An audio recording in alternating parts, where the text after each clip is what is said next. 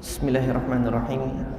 Innal hamdalillah nahmaduhu wa nasta'inuhu wa nastaghfiruh wa na'udzu billahi min shururi anfusina wa min sayyiati a'malina. May yahdihillahu fala mudilla lahu wa may yudlil fala hadiyalah. Wa asyhadu an la ilaha illallah wahdahu la syarika lah wa asyhadu anna Muhammadan 'abduhu wa rasuluh.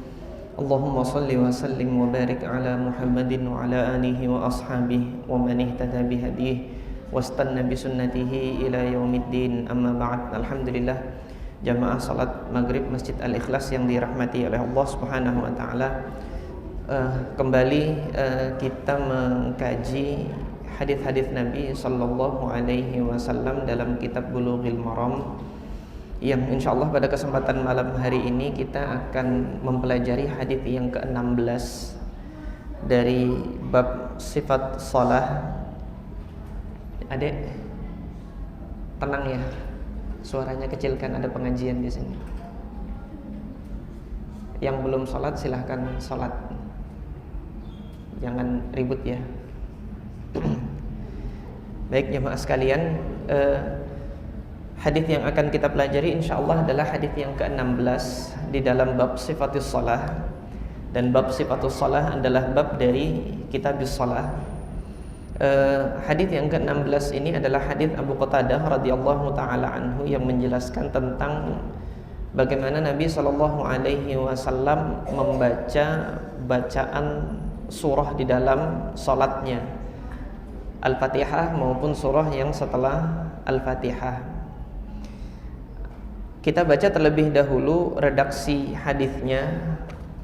Al-Hafidz Ibnu Hajar rahimahullah mengatakan wa an Abi Qatadah, diriwayatkan dari Abu Qatadah.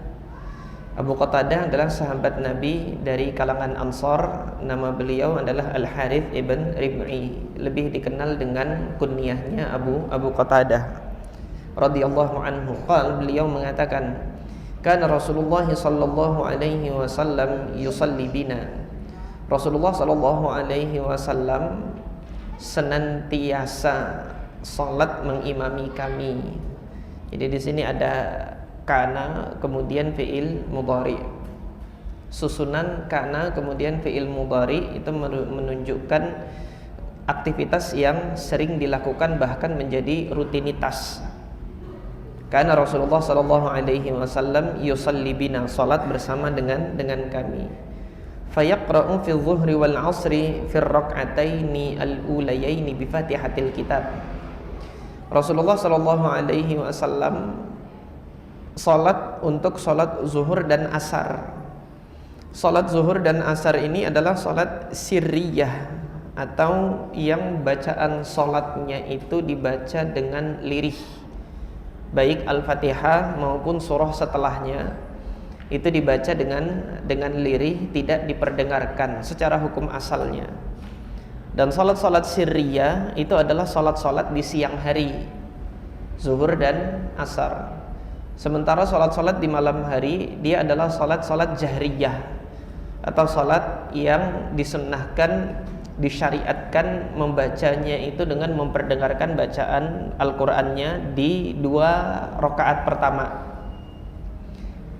Dan adapun salat subuh, karena salat subuh ini hanya 2 rakaat, maka di kedua rakaat tersebutlah diperdengarkan bacaan salatnya, baik Al-Fatihah maupun salat setelahnya.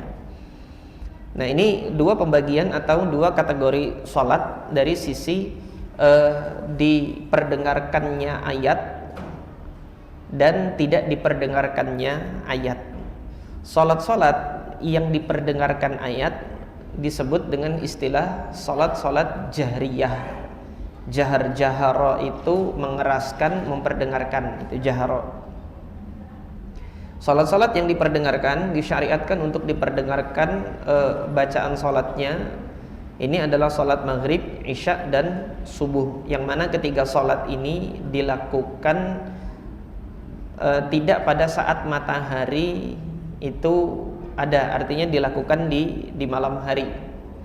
Pada saat sudah gelap. Maghrib itu sudah terbenam matahari, dan isya itu pada saat malam hari, dan subuh menjelang matahari terbit, yaitu setelah terbitnya fajar, itu disyariatkan masuk waktunya sholat. Nah, kemudian sholat yang di siang hari, yaitu sholat zuhur dan asar, disyariatkan bacaannya lirih, tidak diperdengarkan.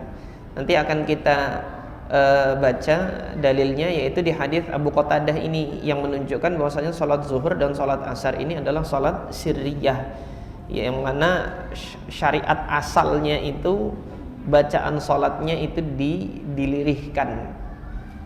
Nah, kemudian tambahan satu lagi untuk sholat jahriyah, yaitu sholat Jumat.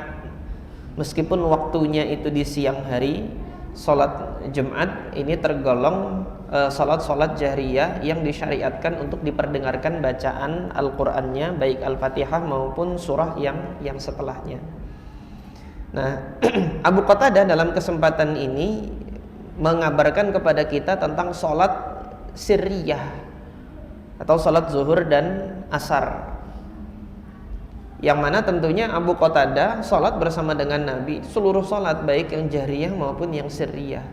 Pada kesempatan ini Abu Qatadah hendak mengabarkan kepada kita bagaimana Rasulullah SAW melakukan sholat sirriyah, yaitu sholat zuhur dan sholat asar. Di dua rakaat yang pertama, fayaqra'u fi zuhri wal asri fi rak'atainil ulayaini. Di dua rakaat yang pertama, Nabi SAW membaca bi Fatihatil Kitabi wa surataini, membaca Al-Fatihah dan dua surah. Maksudnya dua surah itu di rakaat pertama surah, di rakaat kedua juga surah. Al-Fatihah di masing-masing rakaat pertama. Rakaat pertama Al-Fatihah, rakaat kedua Al-Fatihah. Kemudian untuk surahnya berbeda. Surah di rakaat pertama berbeda dengan surah di rakaat kedua. Wa yusmi'una ahyanan. Kemudian Rasulullah SAW memperdengarkan kepada kami terkadang. Ahyanan fi ba'dil ahyan. Rasulullah kadangkala memperdengarkan ayat yang dibacanya itu kepada kami. Nah, ketika disebut al-ayah di sini termasuk nanti ayat-ayat surah Al-Fatihah maupun kemudian ayat yang setelah Al-Fatihah ini termasuk di dalamnya karena sigatnya umum. Nah, sampai di sini diperbolehkan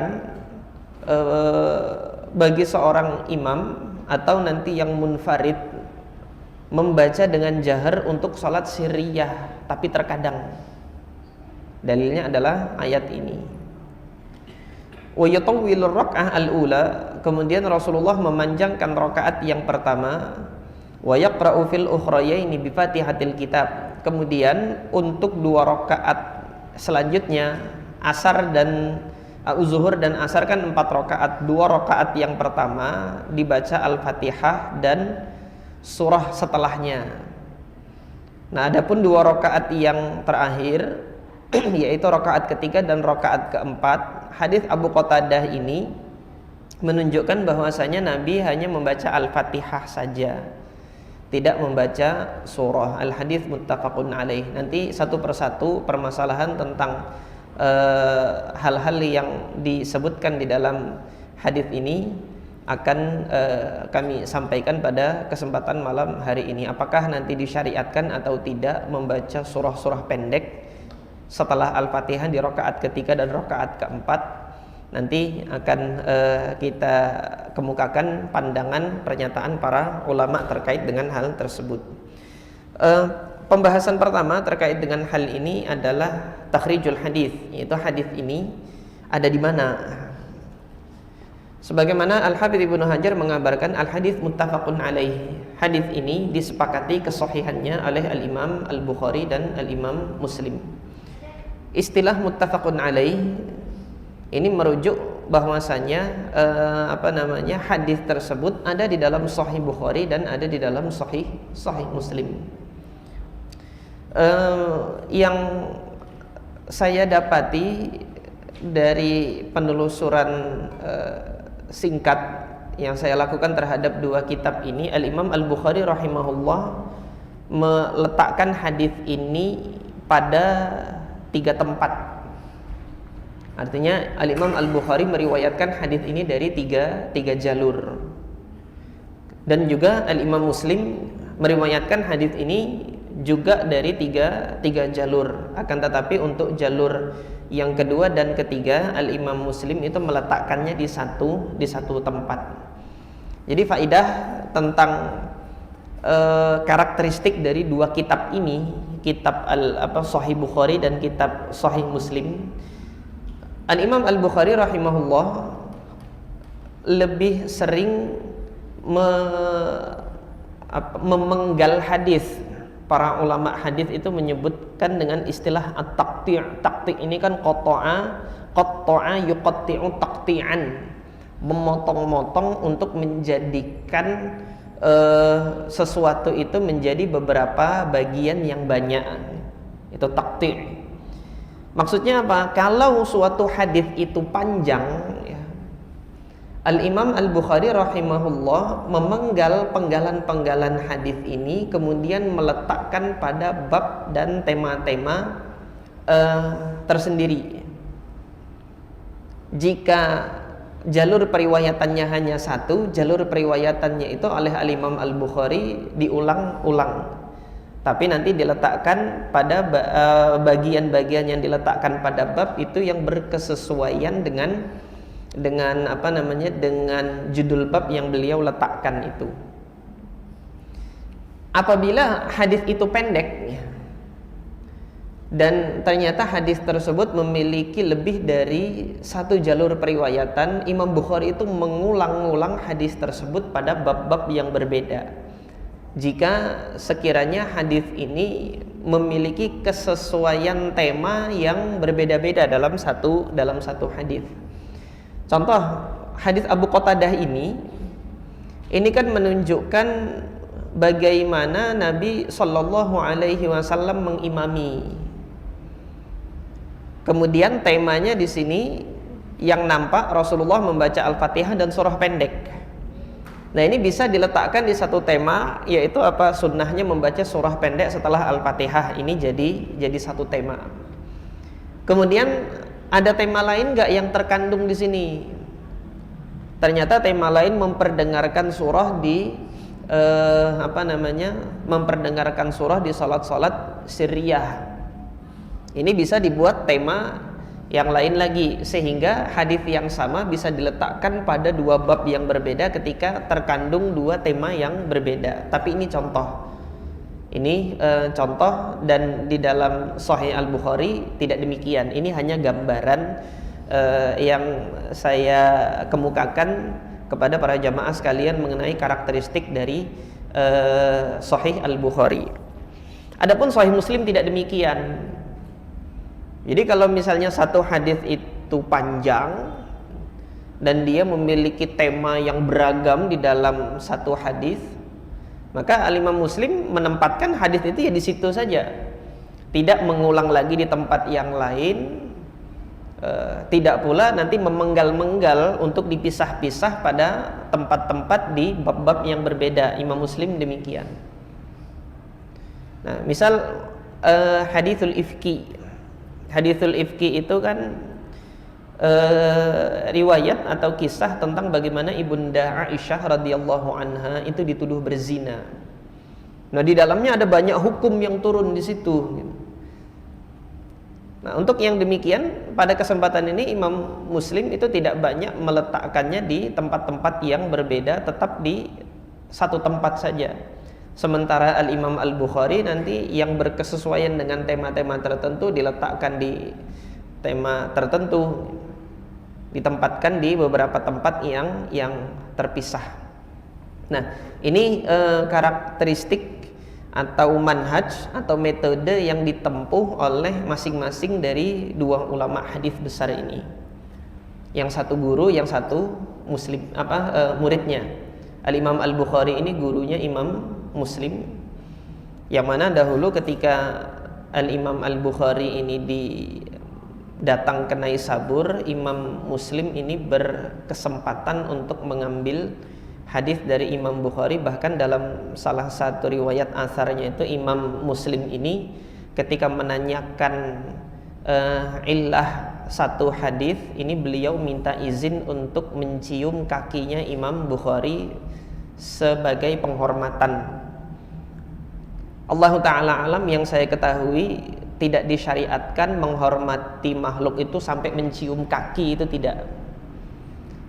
Tapi dalam asarnya ini ketika Imam Muslim mengatakan da'ni uqabbilu rijlaika ya ustadzal asatidzah, wahai gurunya para guru, wahai profesornya profesor gitu kan, perkenankan diriku untuk mencium kedua kakimu. Nah, Imam Bukhari nggak mengingkari gitu loh, sehingga ini menjadi satu pertanyaan, kok bisa nggak diingkari gitu kan perihal yang demikian. Atau ucapan Imam Muslim ini barangkali mungkin saja ini adalah keinginan yang belum diwujudkan, itu namanya hammun. Karena tidak dilakukan oleh Al-Imam Muslim untuk benar-benar mencium kakinya Imam Bukhari, maka Imam Bukhari tidak mengingkari perihal tersebut, karena ucapannya ini hanya menunjukkan penghormatan yang sangat terhadap Imam Bukhari. Meskipun demikian gitu kan, saya tidak mendapati dalil untuk kebolehan bagi seorang hamba itu sampai tunduk mencium kaki hamba yang lain. Karena di dalam hadis yang sahih Nabi mengatakan, lau kuntu amiran ahadan liyasjuda li ahadin la amartu zaujata litasjuda li zaujiha. Kalau memang risalah kenabianku ini untuk memerintahkan orang sujud terhadap orang, maka yang aku perintahkan bersujud itu istri kepada suami. Tapi tidak demikian. Nah, di sini Nabi SAW mengingkari perbuatan Mu'adz bin Jabal yang ketika datang dari Syam itu langsung sujud menghormati Nabi Muhammad. Jadi penghormatan sampai menundukkan kepala itu kepada makhluk ini tidak dibenarkan dalam syariat. Nah, ini yang berkenaan dengan Al-Imam Al-Bukhari dan Al-Imam Muslim. Adapun hadis yang dibawakan oleh Al-Imam Al-Bukhari dan Al-Imam Muslim dalam kesempatan kali ini, yaitu hadis Abu Qatadah, madaru isnadihi, poros periwayatannya ini terletak pada perawi yang namanya Yahya ibn Abi Katsir al-Yamami. Yahya ibn Abi Katsir ini meriwayatkan hadis ini dari putranya Abu Qatadah yang namanya Abdullah ibn Abi Qatadah. Nah, dalam redaksinya Imam Muslim, Yahya ibn Abi Katsir ini tidak hanya mengambil hadis ini dari putranya Abu Qatadah, melainkan juga dari tabi'in yang lain, yaitu Abu Salamah ibn Abdurrahman ibn Auf, putranya Abdurrahman bin Auf, yang mana Abu Salamah dan Abdullah ibn Abi Qatadah sama-sama meriwayatkan hadis ini dari Abu Qatadah.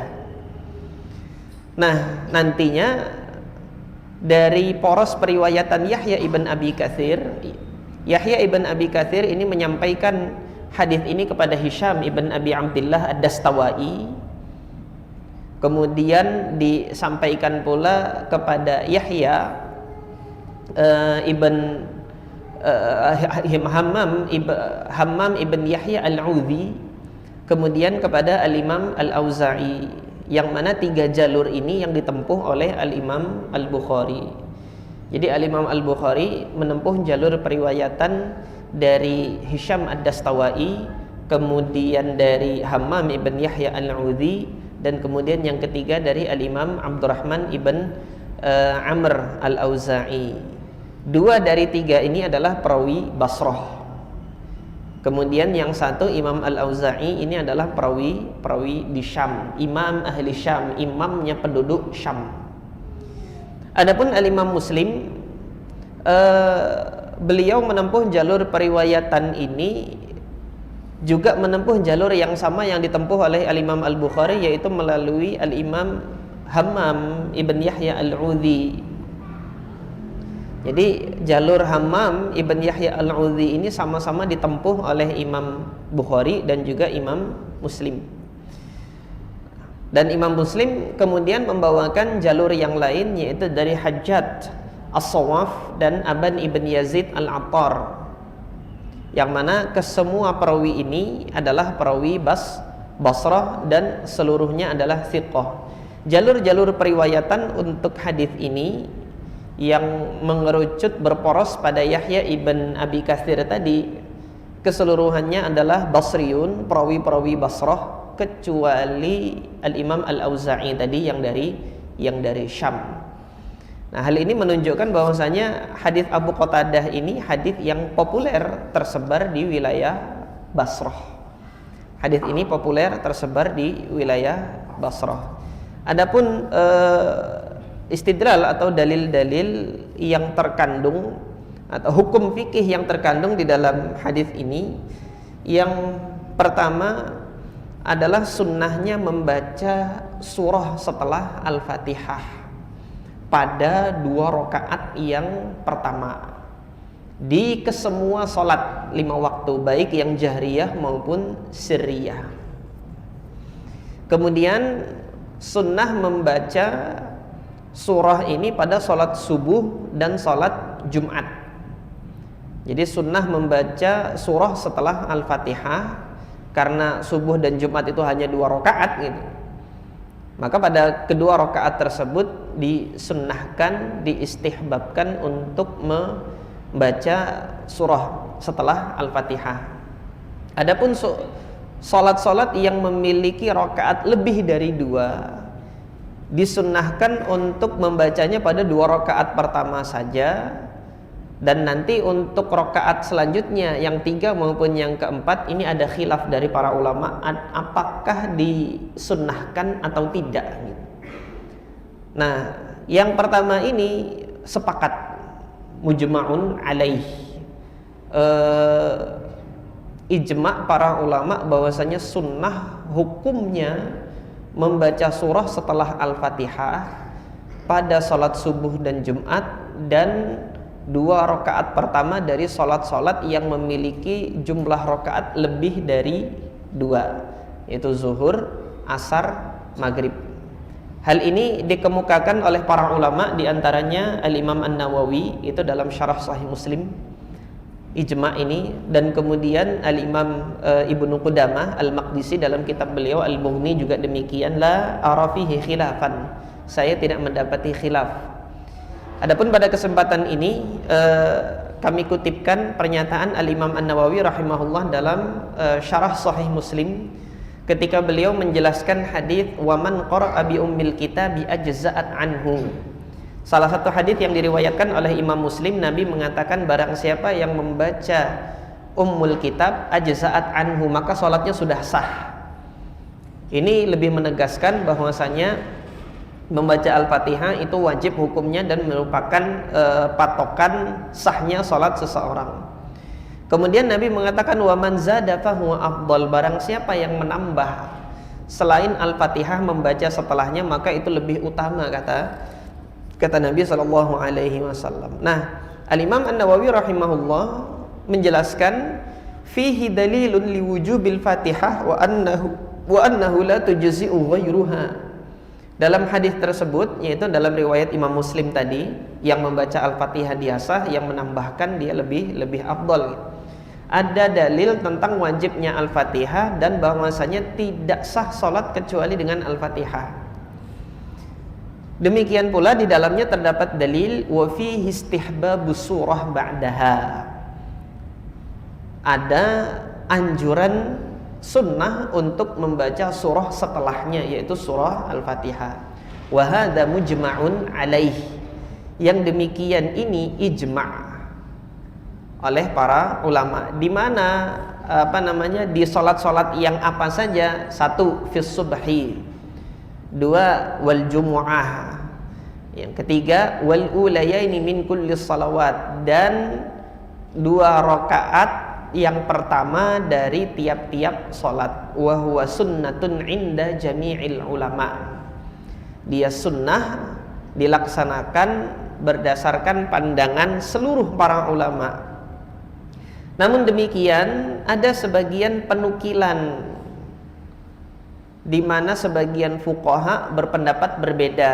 Nah, dalam kesempatan ini Al-Imam An-Nawawi menukilkan dari Al-Qadhi Iyad Wahaka Al-Qadhi Iyad. Al-Imam Al-Qadhi Iyad ini salah seorang ulama Malikiyah yang menyusun kitab syarah untuk Sahih Muslim, di mana Imam An-Nawawi itu dalam syarah Sahih Muslimnya banyak mengutip dari Al-Qadhi Iyad. Terkadang menyepakati, menyetujui pandangan-pandangan Qadhi Iyad, terkadang juga beliau mengkritisi pandangan-pandangan Al-Qadhi Iyad dalam kesempatan ini. Nah, di sini Al-Qadhi Iyad menghikayatkan, yahki itu mengabarkan tentang keberadaan qaul tetapi belum bisa menghadirkan sanad periwayatannya gitu loh. Jadi dihikayatkan oleh Al-Qadhi Iyad an ba'di ashabi Malik, dari sebagian ulama-ulama Malikiyah yang berpendapat wujub surah. Jadi ada sebagian dari fuqaha Malikiyah yang dihikayatkan oleh Al-Qadhi Iyad ini berpandangan surah setelah Al-Fatihah itu hukumnya wajib gitu. Namun yang demikian ini dikomentari oleh Al-Imam An-Nawawi wa huwa syadzun mardud.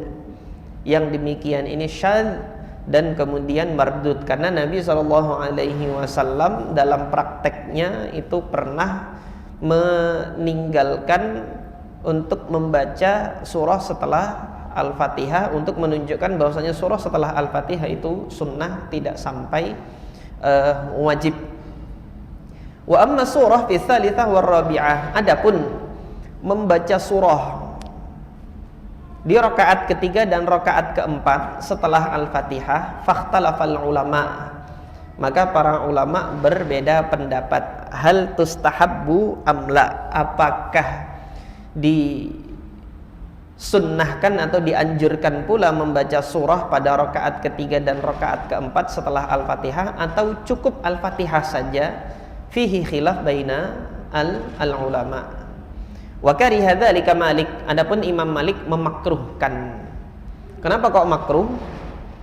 Nah, zahir dari hadis Abu Qatadah ini menyebutkan bahwasanya Nabi fil ukhrayaini, di dua rakaat yang terakhir itu qara'a bi Fatihatil Kitab, selesai sudah. Nabi hanya membaca Al-Fatihah saja, tidak membaca surah. Akan tetapi nanti di hadis yang ke-17, hadis Abu Sa'id Al-Khudri, insyaallah kayaknya kesempatannya nanti di pekan yang akan datang yang akan kita baca. Hadis yang ke-17 ini, hadis Abu Sa'id Al-Khudri ini menunjukkan bahwasanya Nabi juga membaca surah setelah Al-Fatihah di rakaat ketiga dan keempat. Itulah sebabnya tadi kenapa Imam Nawawi mengatakan ada khilaf. Ada yang juga memustahabkan, jadi menganjurkan, ada pula yang tidak menganjurkan, bahkan Imam Malik memakruhkan untuk baca tersebut. Nah, karena Abu Sa'id Al-Khudri di sini dalam hadis yang ke-17, nanti pekan yang akan datang akan kita baca. Wa fil ukhrayaini, di dua rakaat yang kedua, kata Abu Sa'id Al-Khudri, qadran nisfi min dzalik, membaca itu semisal setengah dari yang dibaca di dua rakaat pertama gitu. Nah, yang dibaca oleh Nabi di dua rakaat pertama untuk zuhur dan asar itu sebagai apa? Semisal surah Alif Lam Mim At-Tanzil gitu. Faharazna qiyamahu fi rak'atainil ulayaini minadh-dhuhri qadra Alif Lam Mim At-Tanzil. Jadi panjangnya surah yang dibaca oleh Nabi untuk sholat zuhur rakaat pertama dan rakaat kedua semisal surah Alif Lam Mim Tanzil. Coba antum lihat dalam Al-Quran, surah Alif Lam Mim Tanzil itu surah Sajadah, itu kan 3 halaman, banyaknya itu 3 halaman dibaca itu kan. Setengah dari itu berarti semisal membaca 1 halaman setengah. Maka ketika Abu Sa'id Al-Khudri mengatakan 2 rakaat selanjutnya, yaitu rakaat ketiga dan keempat, lamanya itu semisal membaca setengah dari surah Alif Lam Mim Tanzil. Kalau begitu Nabi tetap masih membaca surah setelah Al-Fatihah. Nah, ketika Nabi tetap membaca itu di waktu yang lain, yang pada kesempatan ini Abu Qatadah tidak mengabarkan, tapi dikabarkan oleh Abu Sa'id Al-Khudri gitu kan. Apakah ini juga disunahkan, dianjurkan, atau hanya boleh saja? Gitu loh. Ini masih khilaf kalangan para ulama. Yang zahir tetap disunnahkan, karena keumuman dalil Nabi mengatakan sallu kama ra'aitumuni usolli, salatlah kalian sebagaimana kalian melihatku salat. Jadi untuk rakaat kedua dan ketiga tidak membaca surah setelah Al-Fatihah ini juga sunnah. Karena Abu Qatadah seringkali melakukan sholat bersama Nabi dengan keadaan yang demikian. Ketiga dan keempat Nabi hanya membaca Al-Fatihah saja. Abu Sa'id Al-Khudri ini mencoba mengukur sholatnya Nabi, ternyata yang rakaat ketiga dan keempat pada kesempatan Abu Sa'id Al-Khudri sholat bersama Nabi, oh ternyata panjangnya itu seperti setengah dari surah Alif Lam Mim Tanzil. Kalau begitu ada bacaan surah setelah Al-Fatihah gitu. Di rakaat ketiga dan keempat sholat zuhur dan asar. Nah demikian. Kemudian permasalahan yang kedua, kita kembali kepada hadis Abu Qatadah radhiyallahu taala anhu tentang permasalahan bacaan di dalam sholat-sholat sirriyah. Nah, bacaan di dalam sholat jahriyah dinamakan jahriyah karena bacaannya diperdengarkan. Dinamakan sholat sirriyah karena bacaannya dilirihkan, tidak diperdengarkan kepada makmum, sehingga dinamakan sholat sirriyah. Pertanyaannya, boleh nggak dilakukan sebaliknya? Kalau seseorang melakukan sebaliknya, apakah sholatnya batal atau dia harus sujud sahwi misalnya?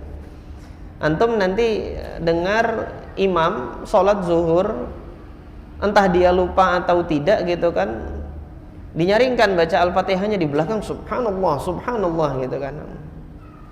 Oh ya, imamnya langsung habis itu alhamdulillahirabbil alamin, subhanallah di belakang. Habis itu yang Ar-Rahmanir-Rahimnya lirih, selesaikan sampai akhir gitu. Sujud sahwi atau enggak gitu loh anunya. Kalau itu terjadi. Nah, sekarang kita melihat Nabi Muhammad pernah memperdengarkan, cuma jarang, sesekali. Maka yang demikian ini makmum tidak perlu melakukan fatah alal imam, tidak perlu untuk menegur imam subhanallah subhanallah gitu. Karena yang dilakukan imam ketika nanti imam entah terlupa atau tidak sehingga memperdengarkan bacaan Al-Fatihah maupun surah setelahnya pada sholat zuhur, ini tidak merusak kesahan sholatnya sama sekali, juga tidak merusak sunnahnya sholat sama sekali. Karena Nabi melakukannya terkadang. Yang merusak apa? Kalau terus-terusan, itu baru rusak. Dia menjadikan rutinitas sholat zuhurnya diperdengarkan terus. Nah ini boleh nanti dilaporkan ke MUI sebagai apa? Aliran apa? Aliran aneh gitu kan. Kalau terus-terusan. Tetapi ketika dilakukan terkadang, ini justru Nabi SAW mencontohkan. Terkadang dilakukan oleh Nabi, di antara hikmahnya itu untuk apa?